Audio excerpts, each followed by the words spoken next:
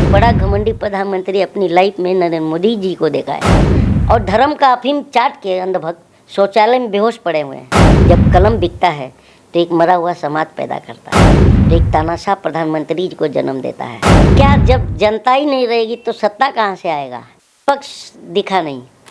मैं ये मानता हूँ कि लोकतंत्र जब खत्म के कगार पर आता है, उसके 3 लोग जिम्मेदार होते हैं। एक बिका हुआ कलम, दूसरा मरा हुआ विपक्ष, और तीसरा सोई हुई जनता। विपक्ष कहीं दिखा क्या इन 9 साल में? तो मरा हुआ विपक्ष है नहीं है, और जनता भी सोई हुई है। क्योंकि और उंगलियां कलम पे उठ गई हैं। कलम पर उठेगी क्यों नहीं? जब कलम बिकता है तो एक मरा हुआ समाज पैदा करता है, और जब समाज डरा हुआ पैदा करता है जब कलम, तो एक तानाशाह प्रधानमंत्री को जन्म देता है। आज देखिए, दिख रहा नहीं दिख रहा? संपूर्ण रूप से आप जो है प्रधानमंत्री को तानाशाह कह रहे हैं। बिल्कुल, इनसे बड़ा तानाशाह ये तो दूसरे को घमंडिया कहते हैं। मैं देख रहा हूँ, मैं जब से 37 साल की उम्र हो गई, जब से आया, मैं सबसे बड़ा घमंडी प्रधानमंत्री अपनी लाइफ में नरेंद्र मोदी जी को देखा है। इनसे बड़ा घमंड किसको है? ये तो ऐसा भी आपने देखा होगा, सोशल मीडिया में दुनिया भर के वीडियो हैं कि इनके सामने कोई नेता भी आ गया उसको भी धकिया देते हैं कि कैमरा चालू है, मेरा फोटो आने दे। अच्छा कलीम जी, मुझे ये बताइए, मैं आपसे ये जानना चाहती हूँ, जब भी आप इतना कटाक्ष करते हैं सत्ता का, इतना कड़वापन बोलते हैं, आप ट्रोल भी होते हैं। देखिए, एक बात बताता हूँ, कड़वा के नाम लिए तो कड़वा जो है, नीम की गलती नहीं है कि वो कड़वा है। गलती किसकी है? खुदगर जीभ की, क्योंकि उसे क्या चाहिए? मीठा। तो कड़वा नहीं मैं बोलता हूँ। और सच जो है, सच्चाई और दवाई, ये दोनों कड़वी होती है। बिल्कुल, पर तो फायदा करती है मैडम। मतलब कटाक्ष जहाँ पे हो वो कहीं ना कहीं फायदा करके जाती है। यही नीम जो है घाव पे भी जो है मरहम की तरह काम करती है, लेकिन ये जीभ लोभी जो है वो तमाम तरह से अगर देखा जाए तो चीज़ों में परिवर्तन चाहती है। लेकिन ये बताइए कलीम जी, जैसे मैं आपसे बात कर रही थी कि ये सारी चीज़ें हैं तमाम, आपने जैसे कहा आप ट्रोल भी होते हैं, सारी चीज़ें हैं, आप राजनीतिक दल में फिर क्यों उतरते नहीं हैं? जब आप इतना ही जनता के लिए चाहते हैं कि जनता सोई हुई है, कलम अच्छा लिख नहीं रही है, विपक्ष मर गया है, आपकी ताकत दिखाइए, आप भी उतरिए सत्ता पे। देखिए, क्या जब जनता ही नहीं रहेगी तो सत्ता कहाँ से आएगा? तो हम जनता हैं, हम ही सत्ता पर जो है प्राइम मिनिस्टर को भेजते हैं। लेकिन कैसा है कि जनता में भी तो कोई ऐसा होना चाहिए जो अपनी जनता को बताए कि ये गलत हो रहा है। वो मैं हूँ। लेकिन कहीं ना कहीं अगर देखिए, मैं थोड़ा सा इस टॉपिक को धर्म की तरफ ले जाऊंगी। जब आप इतनी बात करते हैं तो कहीं ना कहीं आपका धर्म भी आ जाता है। कहा जाता है कि कलीम जी कलीम शेख हैं, इसलिए इस तरीके की चीजें बोलते हैं। वो अंधभक्त कहते हैं। हाँ।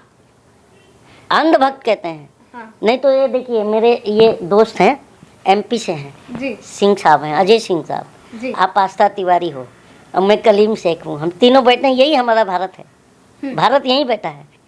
तो बताइए फिर अंधभक्त कहाँ से लाते हैं धर्म ढूंढ के? वो तो कहीं पर भी धर्म का ही ढूंढ लेते हैं, और धर्म का अफीम चाट के अंधभक्त शौचालय में बेहोश पड़े हुए हैं। इनको शौचालय विकास लगता है और विद्यालय नहीं चाहिए। बताइए, विद्यालय से विकास होगा कि शौचालय से? ये अंधभक्तों को बताइए। और अंधभक्तों को ये लगता है कि 9.5 साल में ही देश में शौचालय बने थे। पहले कहाँ अंधभक्तों के घर पर जाते थे क्या लोग शौचालय करने? ये बताइए ना। शौचालय तो पहले से ही है ना देश में। हाँ। अमित जी आते थे। कौन अमित जी? अमिताभ बच्चन जी। देवी और सज्जनों, शौचालय घर में बनवाइए, बाहर ना जाइए। ये कितने सालों तक अमिताभ बच्चन टीवी पर चिल्लाए? नहीं चिल्लाए। फिर विद्या बालन जी को ले आए इनकी सरकार में, कि वो भी चिल्लाने लगी शौचालय घर में बनवाइए, बाहर ना जाइए। तो अवेयरनेस क्यों टीवी और बड़े सेलिब्रिटीज़ के थ्रू फैलाया जाता है समाज में? क्योंकि आज भी हमारा समाज, आप मानती हैं 40% अशिक्षित है, ये मैं मानता हूँ। तो ये डिजिटल इंडिया सब तो आपने देखा ना, digital India, make in India, Khelo India, जीतो इंडिया, और उसके बाद बोलते हैं ये है तो घमंडिया।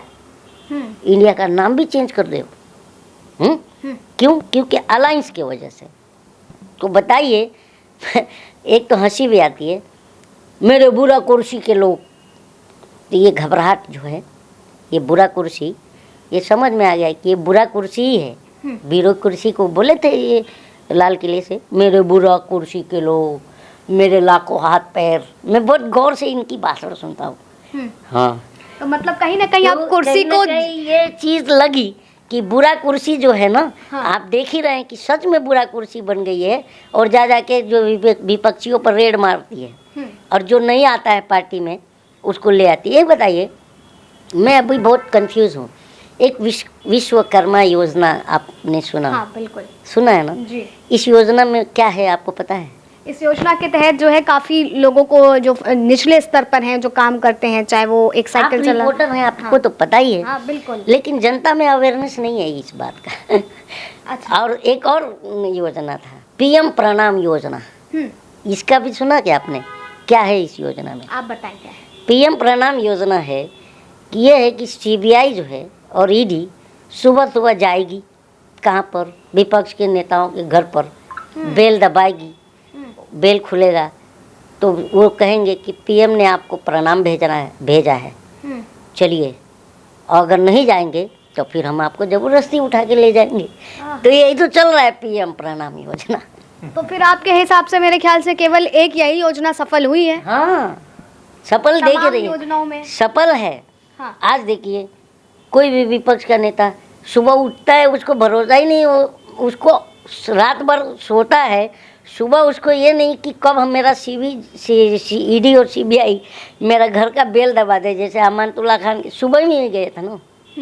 तो ये सब चीज़ें हैं मैडम। कैसा है, 70,000 करोड़ कहाँ गया जो घोटाला अजीत पवार ने किया था? प्रधानमंत्री से पूछा जाए, पूछा जाना चाहिए, नहीं जाना चाहिए? जाहिर सी बात है, जनता तो सवाल कर सकती है, पूछना चाहिए। तो मैं पूछता हूँ तो भाजपाई बेहोश हो जाते हैं कि ये क्यों पूछता है, और मुझे दौड़ाते हैं ट्रोलिंग में। तो लेकिन मैं तो जानता हूँ कि भाजपाई में जो भी अंधभक्त हैं, अंधभक्तों की बात करूँ तो अंधभक्त मेरे वीडियो देख के बेहोश हो जाते हैं। अच्छा, हाँ, ये मानते हैं आपके अंधभक्त जो हैं आपको हजम नहीं कर पाते हैं, आपकी बातों को, आपके विचारों को उनसे हजम नहीं होती है, और कहीं ना कहीं वो आपको विपक्ष का साथी भी बता देते हैं। तो वो अभी देखो, कहीं ना कहीं तो किसी न किसी से मुझे तो जोड़ेंगे ही ना। लेकिन मेरा ऐसा तो कुछ है नहीं। हम जनता है, तो जब हमने जिसको चुना है, प्रधानमंत्री तो मेरा है, देश भी मेरा है, तो मैं सवाल किससे करने जाऊंगा? युगांडा अंधभक्तों से यही तो पूछता हूँ कि मेरे को युगांडा जाऊँ कि रवांडा जाऊँ।